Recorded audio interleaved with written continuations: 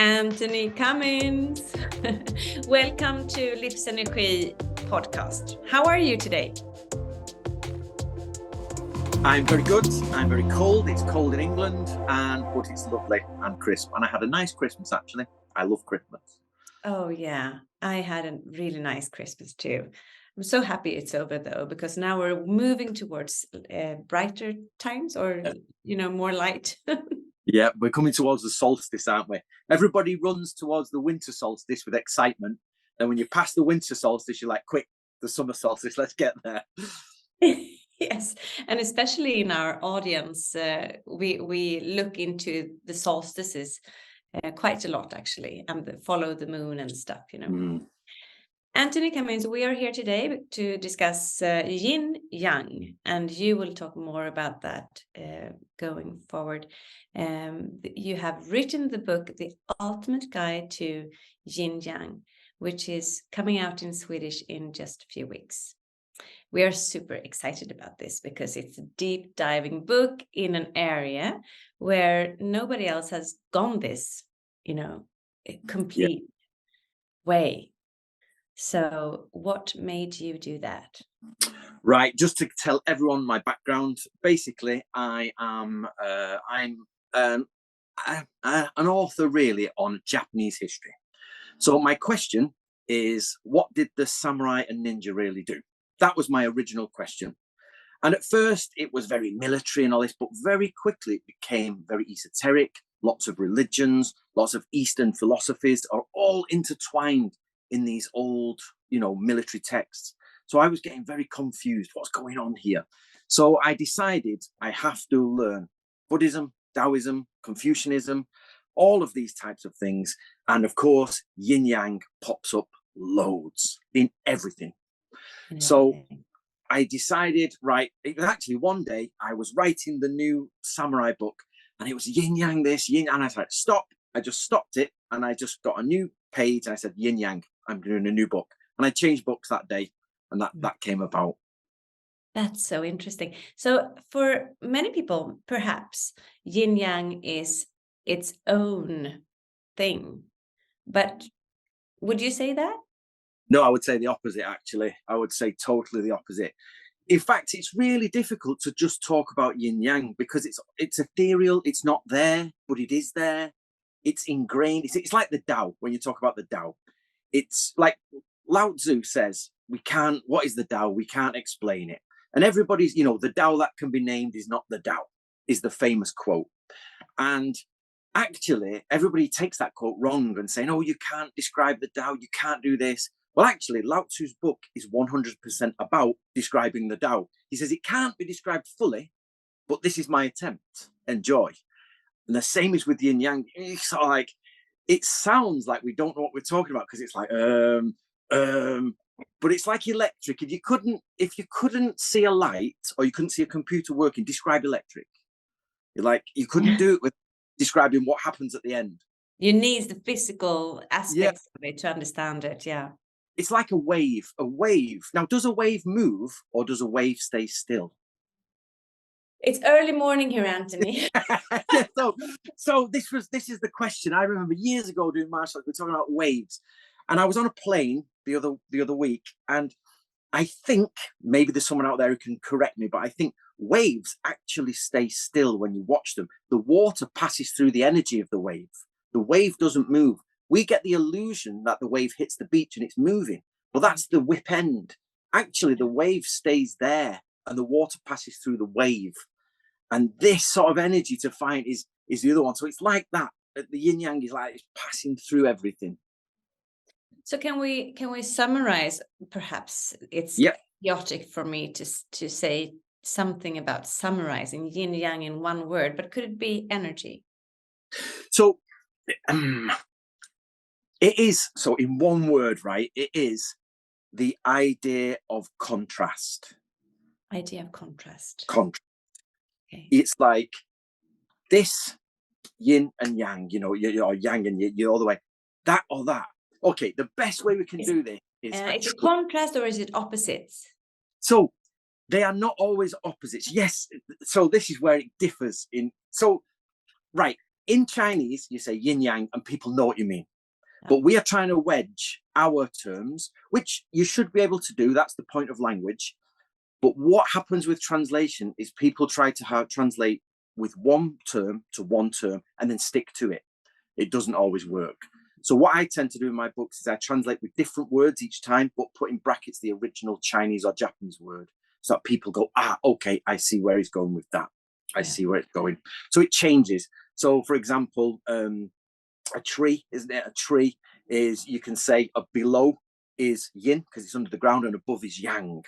But then you can say the stump of the tree, the trunk, is the solid part, and the branches are then the less part. Then you go to a branch and divide that.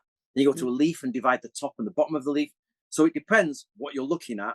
Yin yang changes. Yeah, of course. So how do we go about this discussion subject? No, go on. Any questions? So originally, what we know about yin yang today is actually, everybody says, oh, this is really ancient, and it is ancient. But it was in China. We say China today, and we think of a massive area. Actually, China used to be lots of little tribes where they used to have spirit talkers who used to talk to. So they used to inscribe on animal bones, and they put the animal bones in the fire, and they'd ask questions of the gods, send me answers. But at the same time, they would watch the sun and the moon and the different energies they created and see how they acted in the world. And then bit by bit, as China unified like this, the theory of yin yang started to get more complicated. And then the I Ching comes into it, Taoism, and they start to try to build them all together. And then we end up with this complicated system, but it isn't one simple system. Even the Chinese argue with each other today. No, that's right, that's wrong, this is right. So if you want to know, like, have you ever been on a hillside and you're walking, and then all of a sudden you see the clouds passing over and you see the shadowy areas? As that cloud passes, that's the yin of the land. And where the sun hits, that's the yang of the land. If there is a crevice like this and the shadow is here, then that's the yin and that's the yang. So it's like the earth is ever moving, sometimes slow, sometimes fast. You talk about it's funny that you bring up this example, because you're talking about if I remember correctly, the ebb and flow of the landscape. Yeah. So you can see it's again the wave or the movement or the energy. Exactly. It's about movement. And if you like the movement and the energy, the earth moves over 1 year, doesn't it? Through its cycles. And you get yang comes into full power in summer, and yin comes in there. But also, if it doesn't, the earth, you've got to be careful here. The earth moves through yin and yang, but just because you're on the earth doesn't mean it's going to look after you. If you're in the wrong place at the wrong time and you don't understand the power of yin and yang, you will die. So, for example, if you stand in the desert in the height of yang, in the height of the day, it's the worst place to be. Yeah. If you go to the very north, way above Sweden, in the depths of the winter, it's the worst place to be.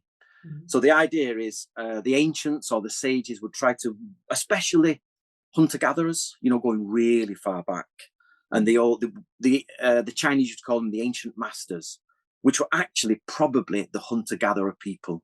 They would move with the seasons and they would move with the animals, and then of course they understood yin yang really, really well.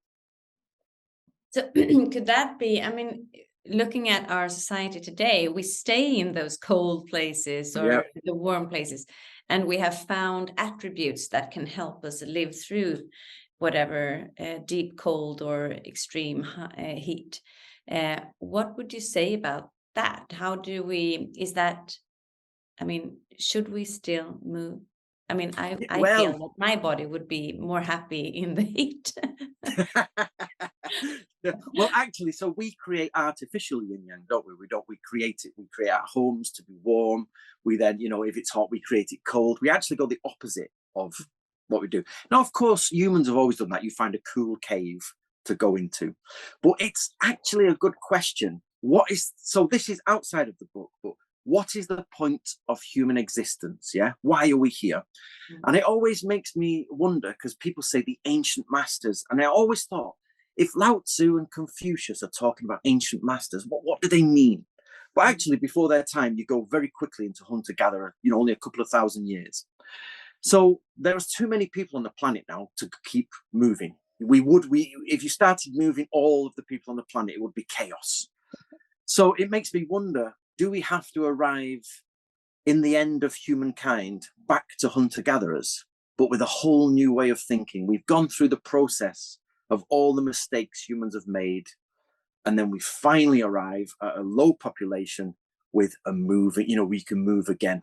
I don't know, you know, the purpose of the universe. No, it's a bigger question, I guess. Yeah. So there are, I mean, should we go into the basics of Yinyang to get a grasp of it? Because the translator, she said to me, she thought it was an interesting book to translate, by the way. And she said, well, I've got to realize that Yinyang is not what I thought it would be. And also the Chinese tradition, or the Eastern tradition, they think in a completely different way than what I'm used to. Yep. So she had a hard time turning her head around to understand exactly what they meant. And still, the book helps us very well in doing this, because the book entails so many examples and practical examples, so that we in written and visual form can actually understand these examples of in everyday life. So thank you for illustrating that for us as well. So if we break down yin yang, go ahead. Yeah, well, so that was that's why I used the example before, is the cloud on the land, because yin yang basically means hill with sun over it, or hill with shadow. You know, you can sort of say this is the hill, or the today with shadow and today with light. But you're right on the translation, because most people translate it as positive and negative. Yeah. But what they are actually they're using the scientific term positive and negative, not. So it's negative, it's bad. It means it's negative, like a magnet. Yeah. But when people hear that yin is negative, they think, oh, so the yin is the bad. You're like, no, none of them are bad. There is no bad or good. There are different polarities. Yeah. So the yang is male and the yin is female. Yes. Yeah. Yes. To me, you know, when I first heard this a couple of years back, I thought, I don't want to be the dark one. You know, and I don't think I'm the only one, because you know, but you society, women. Yeah, this is where you've got it wrong, because it's actually more powerful yin. Yeah, it's the women's side is far more powerful. So the yang side is aggressively powerful, like a male. Basically, a male can be aggressively powerful for a very short period of time. Yeah. But the yin is patient and keeps going, and it is where everybody returns back to. So even males, when we are aggressive, we return back to a state of yin, because we can't maintain that. Whereas when women get angry, they go into a yang state and their energy comes back to yin. But the universe, for example, just the empty space in the universe is yin, because it's not burning fire like the sun. But even the sun is not as powerful as just basic. The fundamental yin is what is the base. An interesting way to think about this is that if you want to light a match or a fire, you have to use it up. Fire always returns to nothing. Yeah. You know, it always goes. Yin never disappears. Yang always disappears. So females should not think negative or dark. They are the number one power. But it's a good thing that you say it's more of the scientific reflection of positive and negative. It's polarities. Yeah. Yes, it's nothing to do with that is good or bad. No. Thanks for clarifying this. Good. So Power to the women. Power to the women. Yang. So the sun and the moon, the yin and the yang. Yes. So the moon is obviously yin, the sun is yang. Well, this is different to actually, I've just been researching some Anglo-Saxon things, the old stuff, and it was the opposite. The moon was male and the sun was female. But the Romans reversed it to male sun, female moon. And we in Sweden, England took over that. And that's why even in Sweden, originally it was reversed. But in China, it's pretty much always been a female moon. And that's why female, especially during witchcraft, magic, energy thing, they always go to the moon, and males always go to the sun. But in order to write that kind of books that you do, really thick ones, massive content, and loads of terms to keep. Well, that is why I did the guide at the back. I always do this in my. So let me tell the viewers actually. Can you show the book, because mine is in at the printers. Here you go. So the Swedish one looks exactly the same. I'm really looking forward to it. So for those who've not seen the book, basically I've put everything really easy to understand.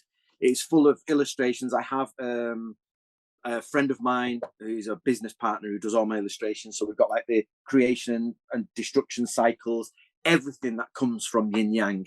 But what I always do, and what some people miss, is at the back of any book, I do bullet points of everything. So I did a quick guide to yin yang. So you just go through it, and what I do is recap everything that was in the book, so that you can go, okay. It's perfect. If you don't have time to read the entire book and just want a short summary, you can just go to the back. And the other thing is, you're like, what page was that on? And you don't need to just read through that and okay, I've got it. So basically for your viewers in your book club, what I realized was there's a sort of middle gap in the audience where you get highly academic books, which, to be honest, are usually very expensive in academic libraries, or the journals, which you can't buy online, and you have to go and read the journals in the university library. And then, of course, you get books which, to politely say, are not very well researched. They're just, terrible books, to be honest. So I decided I want to do the Ultimate Guide series, some for the middle. So I deconstruct that really complicated information. I take months and months or a year to go through, and I write everything out I can find. Then I repiece it all together to rebuild it, and then I make it easy to go from beginning to the end in one easy step. And that means if you read this book or books like this that I'm doing, you will be like, okay, I'm not an expert, but I get it. I get what's going on. Now I can start my journey further. Because what happens most of the time is you pick up an academic book and you like, by page 10, you're like, I can't get this into myself. So that's what I decided to do. That's a good thing, because I think that the reason I chose this book for the Swedish audience is that I think it's missing in the market. So we all are interested in yin yang, the harmony, the balance, and the opposites, and how they play together in our everyday life. But there are so many things to be said about it, and we just talk about it like yin yang. But we don't know so much. So for me, it's a bit of a nerdy book in a good way, a bit deep dive, but it's very practical, and you can use it, and you can use it in reflection and just to see, so are we in harmony here? So where's the balance? And I think that you can use it like that. What do you think? It is actually, the balance is a really important thing, because a lot of the times people, whether it's male or female or just any relationships, gay relationships, heterosexual, any relationships, if you don't understand that you are actually opposites to some extent, you're going to have problems. So people want too much yin and too much. So sometimes the yang person, the very aggressive, or, the bossy person basically, has to realize that sometimes you need time, to not be bossy. And I have to bring myself back and say, okay, yes, now it's my time to go back. But balance doesn't always mean being in the middle. That is one of the lessons from yin yang. If you're always in the middle, you're always nothing. You're nowhere.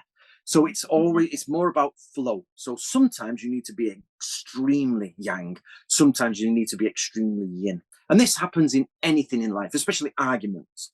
So sometimes males will end up just fighting straight away. You're like, sometimes it's needed because, you know, the situation is very dangerous, or somebody's trying to attack you.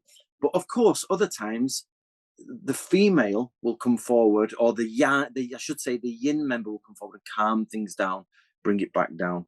So I know in old Japan, what they used to do to stop this happening is they never used to speak directly to each other. They would send messengers to each other, because all samurai wore swords. And the minute two male, aggressive males, usually young, aggressive, it's the recipe for disaster.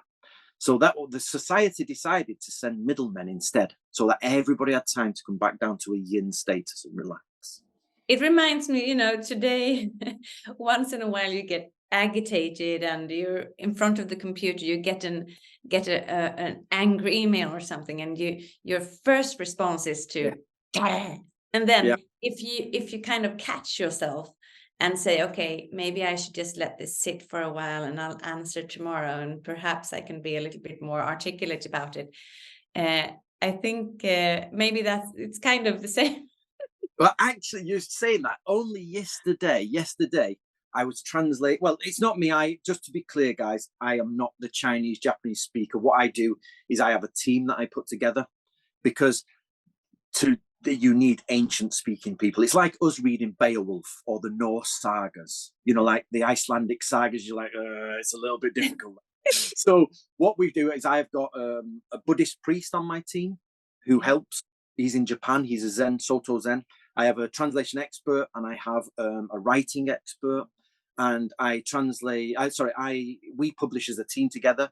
But these things, like the Yinyang and my other ultimate guide ones, are done through my knowledge through them and through, you know, other stuff.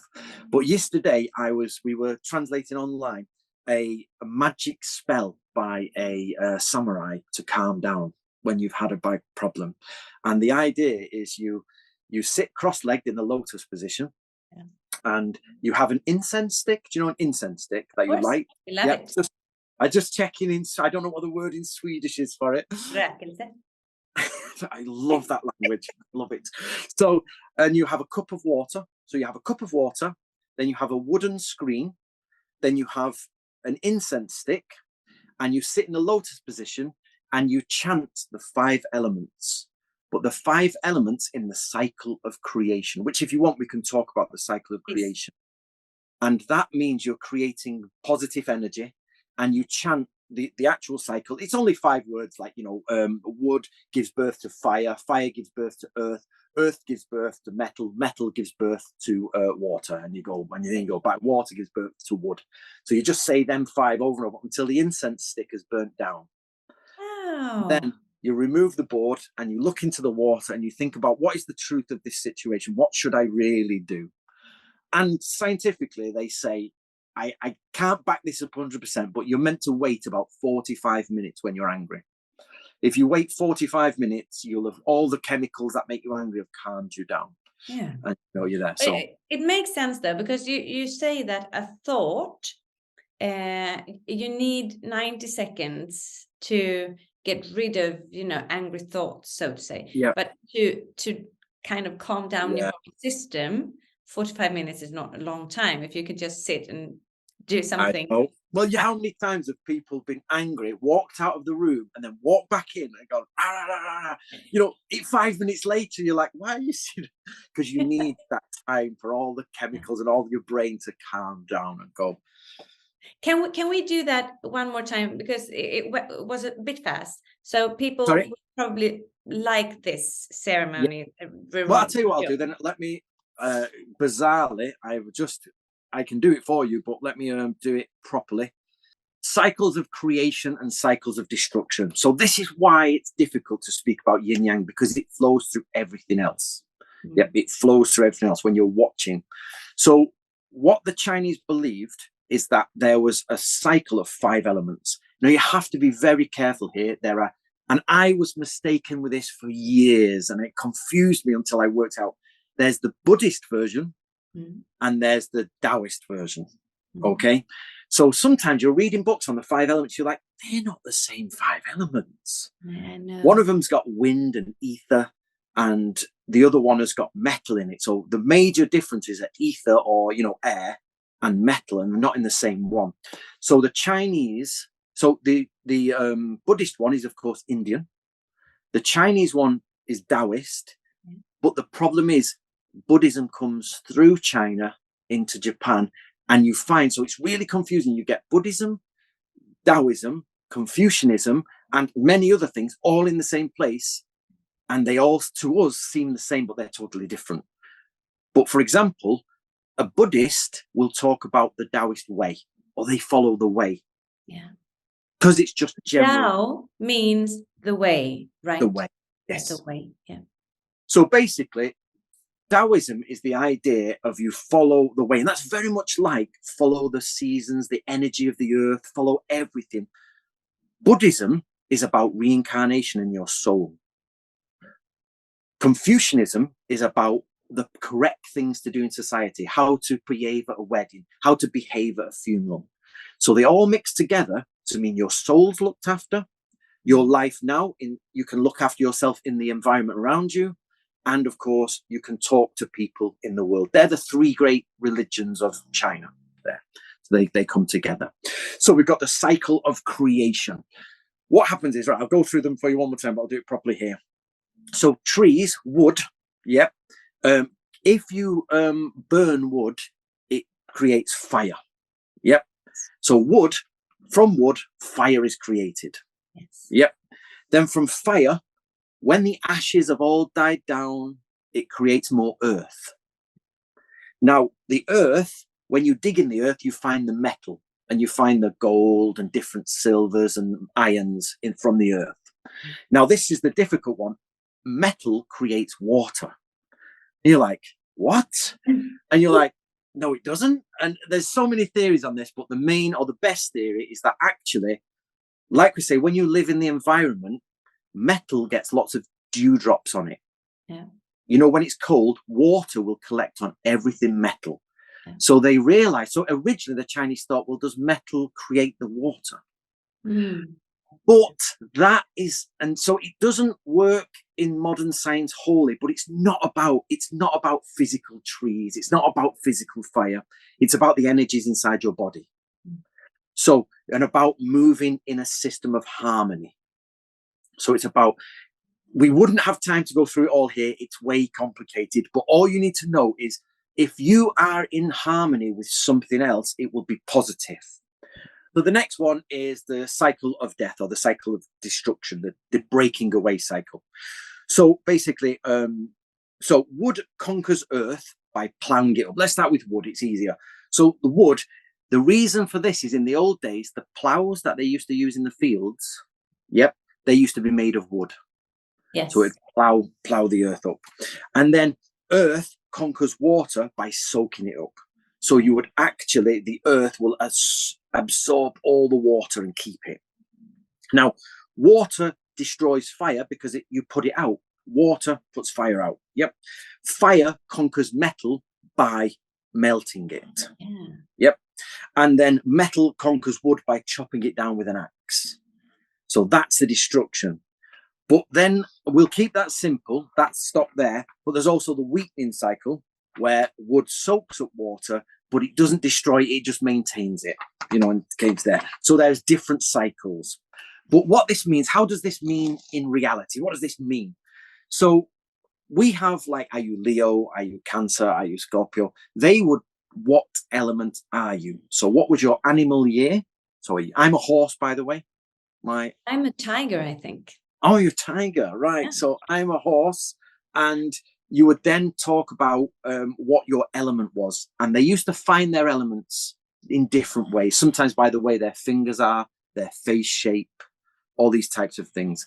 But for example, if you and I were in a relationship and we were destructive, that would be bad. We would destroy each other. Whereas if we were positive, then we would be harmony with each other. Yeah. So even back in the old days, so in ancient China or Japan, if 2 people had to work together, they would sometimes check if their characters were in a cycle of destruction or a cycle of positivity. So you have to work. Kind of matchmaking. Basically, yeah. So again, it works for everything. They can do it. It even did it with samurai horses, the color of the horse. Oh. So even the riding, so it was literally, that's what I'm saying. So it's not about trees, it's not about wood, there's no axes. That's just a picture image for people to say, okay. So a samurai would check his horse and say, okay, that color is positive to me. So we will pick that color. Then they would test other bits, and out of all the horses, they were buying that one. Yeah. And they wouldn't do destruction. So again, this is where when you work with people or anything, you have to maybe now in a more scientific way analyze what type someone is. Are they aggressive? They fire? Each one has its own specific ideas, behind it, and you match the correct people together. Well, then of course, if you want to be deceptive, which sometimes samurai were, they would match the wrong people together, and then you say, "Oh, so well, let's match my enemies together in a cycle of destruction," and they will argue. Oh, okay. And you walk you walk out the door. Yeah, you walk out the door. You're okay. So this is why yin yang is not just something you talk about as yin yang fully. It goes into everything all the way. But maybe what we could talk about, if you're okay, is the beginning of the universe. Yes. Yep. So how are we all created? So there's two theories on this, and even in science today, they have two theories. Either the Earth as the Big Bang, the universe as the Big Bang, and it goes up and then it comes back, and then it goes up and comes back, or it carries on and then it disintegrates. Nobody knows. We don't know. But the same and bizarrely, amazingly, they had the same thing in ancient China. They said either the universe is constant and flows and there's no stop, or this is the yin-yang version, is there's nothingness. Okay. In the Chinese, it is very much, it's difficult to explain in any language, but there is nothing. There is no space. There is no time. There is no physics. There's no laws of the universe. Nothing. But then there's a single something. Mm-hmm. And that single something comes into existence. That's the yang. But no, so you're close. You are close. That single something is neither yang nor yin, because there's no contrast. Nothing else exists. Okay. But you see what I mean? That's why there's nothing to contrast it off. It's only itself. But what it does next is break into two pieces, yin and yang. They then make the 5 elements: fire, earth, water, and metal. And those things mix together. And eventually they mix together and they will form certain things. And then the heavy stuff drops down. So planets come together. That's why the earth is yin. The sky is yang, because it is not solid. The earth is yin. So females are yin. We have the mother earth. So even in ancient China, they had the sky father, the father in the sky, and the mother earth, nature here. So we all really should praise female nature, because we live on it, is what we should be doing. And then we look to the sky for the male. And then what happens is everything in the world is just a mixture of yin and yang, but with different degrees and variations. And that creates you, that creates me, that creates everything. Which science says exactly the same, is we're all stardust. The stars come together, they all form, the earth we all are made of this dust, and we are all there. So it's actually very close to science. Yes. And this is ancient knowledge. Very That's ancient. what I think is so cool about it. We know so much without science, and still, I like science, of course. We have to do.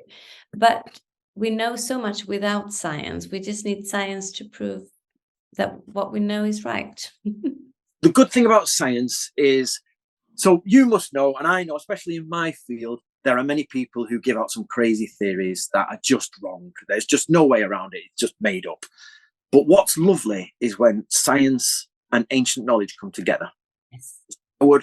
So science can tell you what is happening and why specific things are happening, but not why we are here or what's happening with us. Or so sometimes it explains exactly the ancient knowledge correctly. And it's amazing. It's amazing. Yeah.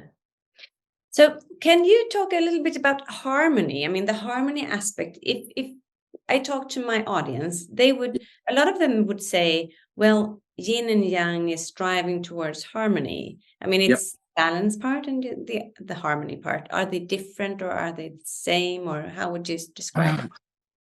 That is, so you know the Yinyang symbol? Yeah. Yep, the Taiji, it's called the Yinyang symbol. That, just to let you know, is much younger than you think. It's not very ancient. No, so this is where we have to remember, before the written record, before anything, they had these ideas already, and they were passed on and passed on. Yes, new ideas were added, or new theories about old ideas were created, but the symbols and the words all came later. You know, that's the idea. So you've got to be careful there. So harmony is difficult, because what do we mean by harmony? Some people by harmony mean nobody argues, we don't do anything, you know, what are we doing? Whereas the yin yang symbol it's not a static image. It's not meant to be seen. It's a moving image for a people who had no cinema, no moving images. And the idea is it's going round in a circle. And the white bit and the black bit, one has a black dot and a white dot, and they're opposite. And the idea is you see it tails off that bit, and what happens is the yin and yang will change into each other. They move and change. So everything is about flow. So there's a balance, opposites, and they have to balance together, and they try to flow together. But the harmony is the movement of it all. So when we move through our lives and we move through everything, we can see balance. And the first step is to say, okay, I believe this is my belief, but maybe I'm not always right, or maybe my thoughts are not always right for every situation. So let's go, I know there's an opposite side, so I need to check the opposite side. And when two people or two groups or a group do that, you find you have harmony. And people come to harmony. So the number one key fact is, what do you mean by harmony? Do you mean, usually people by harmony mean, I get my way. Yeah. Gotta be careful. That's not harmony. That's just getting your way. Harmony is when, so for example, in the earth, if everywhere was hot and a desert, we'd just live in a desert. And that is not, there's no balance, there's no contrast, and there's no harmony. If we live, again, only in ice, when the ice age comes, there's no, you know, but from a global scale, it moves like that. So even the earth shifts, and we find we live in this lovely place. We have to go between the two, and you have to be careful about the opposition to create harmony. Make sure you don't go to annoy them. Of course. Yeah. What would annoy them? What I mean by that is, again, if they have an idea and you have an idea, there's the idea that we come to the middle and find a compromise. That doesn't always work. Sometimes that's a compromise is not always harmony. It just stops an argument or stops conflict. But what you have to then do is realize, for proper harmony, sometimes you have to do the other person's what they want, but not all the time. It's got to come round to you. But it's got to match so what I was trying to say about the earth is that moves constantly into hot and cold, hot and cold. And if you don't match it, you will be destroyed. But if it was only cold all the time, so some people in a group will want their way all the time. And that's like the earth being a desert all the time. It doesn't work. So everybody has to come together. So that's where you have to find out if if the group are not trying to find harmony together by compromise, and there's one person or two or a group that is doing it, that group is no longer functional. I think that we're talking about group dynamics and inner work. I mean, totally. Spiritual growth, or just inner growth as a human being. It can be applied to what you're saying, can be applied to this. So listen to yourself, listen to others, and then some kind of workaround. Yep. I totally. And again, in your own life, you've got to have that yin and yang harmony. So like we live as I've said earlier before we started recording, I'm actually renovating some barns now.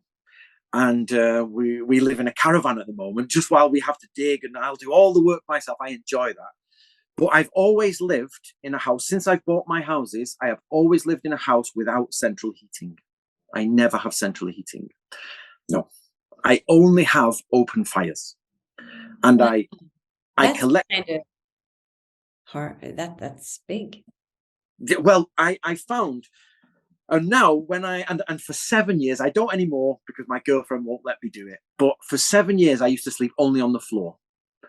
I didn't watch television. I slept on the floor, and I only used fires for heating. Now, of course, I have the internet and my lights on, and my house is lovely and cozy and very English cottage it was, but it was gorgeous. But it means that you do get cold and you appreciate the cold. And what I found when I stayed with people who have central heating and they never appreciate the cold, their mind is very middle. There's nothing.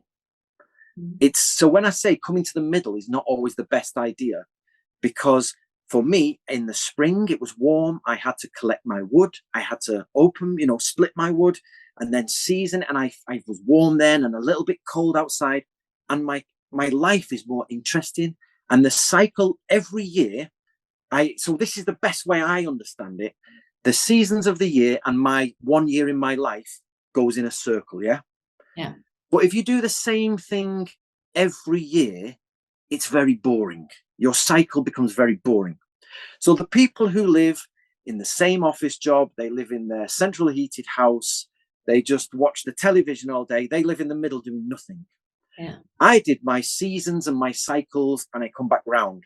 But then I flipped the diagram sideways, and every year I try to add something new to my spiritual calendar. So it means everything I go up a notch, and now I'm going in a spiral like that towards a better thing. Yeah. So every year I try to do that to get to a better place, and hopefully when I die, I'll be reincarnated in a better position, and I won't have to build my own house. This is a fantastic story. I've never heard about someone who actually strives for living with the seasons and the years and the natural cycle. Yep. And the rhythm of the universe in that kind of way. It sounds cold to me, but I get it. I get it. Well, it is cold, but what's rewarding is when you come down in the morning. So in my old house, it was freezing, and I had to poke around in the fire and find the small. They're called clinker, the pieces that are left and the embers, and I put my paper on my small material and get it going again. And then the dog is near the fire. You can probably hear him snoring in the background. I can't get rid of him. It's too cold up there for him. And you build your day again. So your day goes through a cycle. Your year goes through a cycle. And I'm hoping with reincarnation I will go through a cycle continuously. But I do find, I must admit, Alex, that I've traveled to a lot of spiritual groups, and I used to be a member of do you know the OTO, the Alex Crowley stuff and the magic organization, stuff like that.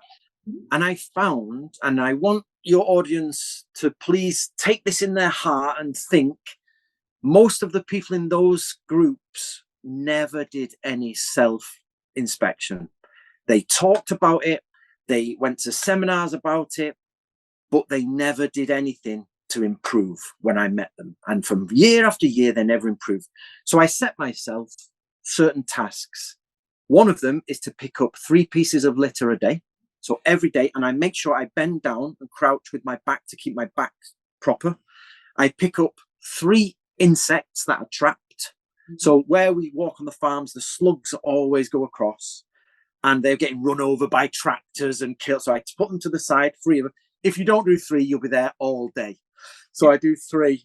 But also is I try and really, really think, have I done it wrong? Because I am wrong all the time. We all are. We are all wrong. And this is where Buddhism, for me, gets it slightly wrong. Now we have what's called, basically in English, it means the Buddhist group, the school. And they have so many complicated rules about everything. And you're like, and you can't do this, and women can't go here, and they can't be touched. And you're like, None of that has anything to do with Buddhism. So when you read Buddha's, the closest we get to Buddha's words, it's totally different to medieval Buddhism. So I try to get rid of all of that and try to think, what did I do wrong today? Because it's only me who can deal with it. And I get everything wrong all the time. Yeah. But I think that you're on to a very interesting topic, because what we also like to talk to our audience about is we want to inspire them to grow with the books that we publish, but we also want to inspire them to do. Yes. Not just read, but actually do. So a lot of our books do have a lot of practices and exercises and so on, just in order for anyone to do the simplest thing just in front of their eyes. Yeah. But you're going the way. I think that you're a very interesting man. Thank you very much. I've actually done my DNA test, and I am, I think it's something like 20 or 30% Swedish.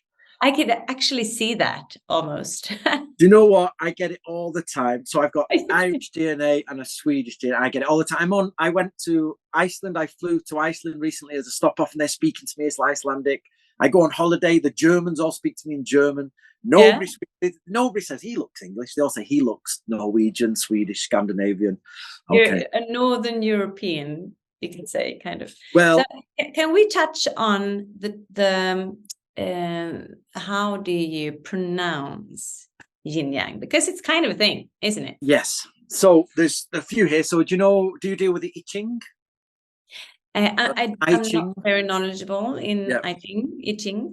So basically, everybody pronounces I Ching, and it's actually both. Yijing. It's actually in China. Not only that, in Chinese, Yinyang. So Yinyang is fine. This is another problem. You don't want to put too much of a Chinese accent on, because to actually make it sound like the Chinese do, you have to really go to almost a stereotypical racist accent. So you've got to be careful. So, but Yinyang is correct, and it's Yin and Yang, but together it's Yinyang. Yep. So basically, just most people see it as Yin and Yang. It's actually one word in Chinese, Yin Yang. And then if you want to talk about Yin and that, and I Ching is actually Yijing, but it's actually, that's the closest I can do. But most people will be okay with I Ching. So the I Ching as well has lots of Yin Yang in it. The I Ching is actually based on Yin Yang. That's it. It's fully based on Yin Yang. And where does it come from? So the great thing here is I've done, sorry for this as a shameless plug, but I have done the ultimate guide to Yin Yang, the ultimate guide to I Ching, and the ultimate guide to the art of war, Sun Tzu's Art of War. And they all came out of the same collective cultures coming together. Remember, China is a group of tribes. So interestingly, you get only females are the spirit talkers. They talk to the ancestors. They do all the dances and the shamanic dances, and they were deciding about the spirits and the afterlife. And some of the men were trying to write down the different stuff, because the men who had power and money had the time to write. So females did the spiritual side, the men did the academic side if they were not farming. And we then find this culture building up from different places. And the I Ching is basically Yang and Yin lines in 6 lines, and double bar and a single bar, that's it. So something is either more Yang or more Yin, and they decided to build the Yin Yang. So it's basically a sub book after this. It's a section, there. And with Yin Yang, with I Ching, what you're doing is asking the ancestors for advice. And they give you 64 pieces of advice, and each piece of advice has 6 sentences in it. So you get your coins and you throw your 3 coins, and up is Yang, down is Yin. So by the way, even if you look up, so if you are looking up, you're looking in the Yang direction. If you're looking down, you're looking in the Yin direction. So if you get your coins, write your lines out, and it will tell you which one to go to, and that's the ancestors, the spirits around you, telling you what you should do in this situation. But they're not telling you yes or no. They're telling you ideas for change. Yeah. Or they're saying, be careful there because that's not going to work. But again, that's another complicated system. That took me about 2 years to delve into. That's really quite complicated. I just actually, a few months back, I read an article about a Swedish person that I actually think had a banking background that uses I Ching every day. Yes. Yep. It was just very interesting to hear. I love when people that you perhaps don't think will use the Eastern traditions or spiritual things, and they do, and it works. Yep. They know, and then meaning. Somebody else has pointed out, I think it was another, it's like, somebody banking or scientist, that actually it's the binary system. The computers all work off Yinyang, 0 and 1. So they all work off a two system. So it's actually gone into computers now, and there's no difference really. I mean, it does make sense though. I mean, this ancient tradition, it can't be ignored really. No. And it's been infiltrated in every system, in every society, even though it's not born here in the Western world. So I think that we're on the right path. However, though, if you say that about the West, me and you are from the West, yeah, and we have a very Christian background. Our nations have a Christian background, but actually before that, probably it was much closer to the East, because we have the Indo-European like the Indo-European culture. Yeah, of course. So that's what creates Buddhism. It creates that, and it goes that way. And that's they have actually matched now the Irish epics with some of the Indian epics. They're the same. They had the same branching out. But what happened was the Romans put Christianity and it wiped that out, and they wiped out the Celtic traditions. So that brought in the Middle East. So originally, from this single sort of middle northern point, East and West went that way, but then it got cut off here. So you could say we are refinding those traditions that were once over here. Yeah, I like to hear that. Yeah, reincarnation. The Druids had reincarnation. They had all of that type of stuff. Oh, yeah. Yeah. That's why. So we talk about, I mean, our audience is very interested in the Celtic traditions as well. Yeah. So somewhere I would love to do a book on Celtic tradition. I think you should do that. In our world, it's actually a quite big topic. And from a pronunciation point of view as well, just so everybody knows, is chi. So chi, of course, is big, but it's actually pronounced ki.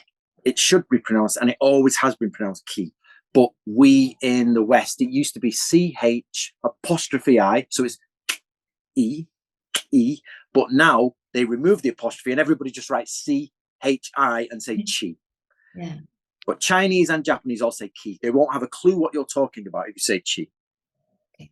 And you were talking about ki, the life force. The life force, yes, the life force energy, which is actually in the Chinese and Japanese, is actually it's like a bowl with smoke coming off it. Oh. So when you look at the old Chinese writing, is originally from a picture. So the original picture is like something warm with smoke coming off it, and that is ki. The smoke is ki, not the actual bowl. No, not the bowl. So the idea is your life essence is forever just slightly ebbing away from you, and you only die when it runs out. Yeah. So that's why a lot of people talk, well, you want to talk about energy and that type of thing. A lot of people do internal work to keep their chi inside. And chi, remember, is just yin and yang in motion. Yeah. So this is where we go back to the universe, the single point, yin and yang, that movement. So when the two move, that creates chi. So the movement of the earth flowing and everything in your body is generating the chi. But there's only a limited amount you can generate, and then eventually you will die. But then this is why you've got to really be okay with death. So I don't know if you want to know this, but I used to be an undertaker. What's that? So an undertaker is the person who picks up dead people from their homes and takes them to the morgue. So you have to have a relationship with death as well as life. That's part of the harmony. So I saw probably 1,000 bodies. just people in hospitals and died and everything. And I became so aware of it and easy with it that it was okay. But so that when you think about your life and you're eating food, it's this generation of energy inside that's constantly going. And if you spend it in the wrong way, it's like a waste of life. But if you conserve it and work with your energy, you might not live longer, but you live better. Yeah.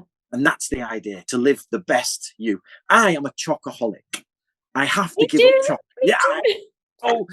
Every day I'm like, God, no. Oh my God. And my girlfriend's giving me apples and oranges, and I like them, but I'm like, no. You can't substitute chocolate. You can't substitute chocolate. So that's my inner battle. I battle with chocolate, and probably I'm too direct with people. Yeah. People say, Antony, don't say that. It's all right. Tell them this. Stop talking, Antony.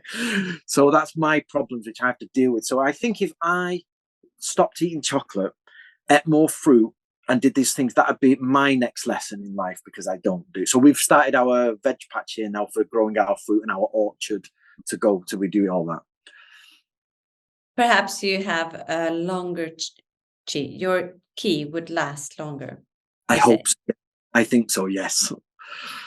Of course, but we're not perfect. I mean, a little bit of that, a little bit of that could be also harmony. Yeah, well, that is the middle way. So Buddha, when he was doing enlightenment, he did I don't know if you know this story. If you sometimes go to a Buddhist temple and there's a Buddha sitting there and he's really thin and almost like a skeleton, that is the story before he became enlightened. The story is he went so far that he didn't eat hardly anything. He was trying all these practices, and he said, no, that's wrong. It's too much. And Yinyang again, it's too much one side. So find that middle path. But you've got to be careful here. You have to be careful. Finding the middle path doesn't mean just compromise on something that doesn't work. No. Yeah, you've got to be careful, because a lot of people, it's one of my major points. They come together and say, well, you don't want to do it, I do this, and nothing happens. So you have to do something the best way you can do it for everybody. But you have to do something, not nothing. Yes, and also what you said about the balance and being in the middle, that's not fruitsome either. No, yeah, it's not always the best thing to do. One of the things that you talked about today was actually getting to me, and it's the middle thing, when there's nothing. And I think a lot of people live there. Everybody lives there. Everybody. They don't do anything outside. No stretch. Nothing. So there's no growth. There's no growth, is there? And the idea is, like, this is where it gets complicated with the Tao. The idea is the Tao, like, people talk about manifestation and they talk about fate and karma and everything. But if you're not doing anything, you sit in the middle, the universe can wait all day, all night. It can wait for 1 million years until you move. And when you move, then it'll engage with you. But everybody's like, I've been doing this and I'm doing that. But no, you've just talked about it. Yeah. So it's a bit of things to reflect on here, and I think the book will help us. Can you tell us shortly about how you interpret yin-yang in your private life, in your personal life? In my personal life. So in my personal life, basically, I really try to remember the teachings of yin-yang when I go walking, because I love to go walking on when we walk on the hills, and then I'll stop at the top of a hill, and as I say, I'll watch them shades and the shadows go across, and then I'll think, okay, how can I put more balance in? How can I do this? And how can I make sure it comes about? So, and then what I do when I get home, like I say, when I'm cold and I've got to start my fire, I try not to get angry. I'll be like, okay, this is my moment where I'm in yin. I need to get to yang. How do I get to yang from here?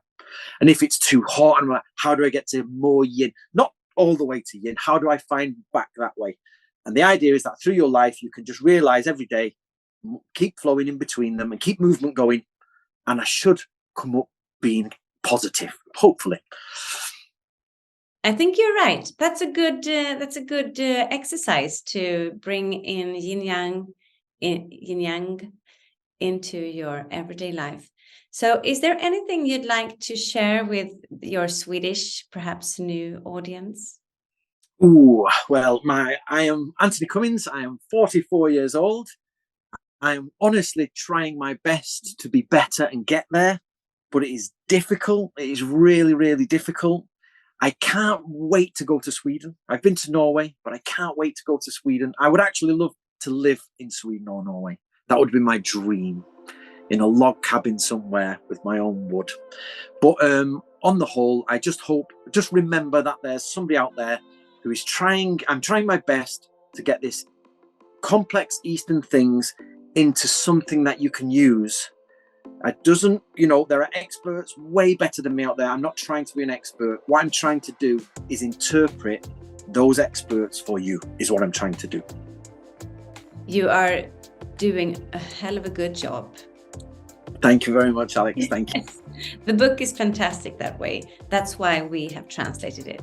It's a really comprehensive book on how to learn about Yinyang and use it in your everyday life in an easily digestible way. Perfect. So, Antony, I'm going to let you go, and thank you so much for a lovely talk today. Thank you very much. It's been wonderful, actually. It's been really nice. Yes, I appreciate your time so much.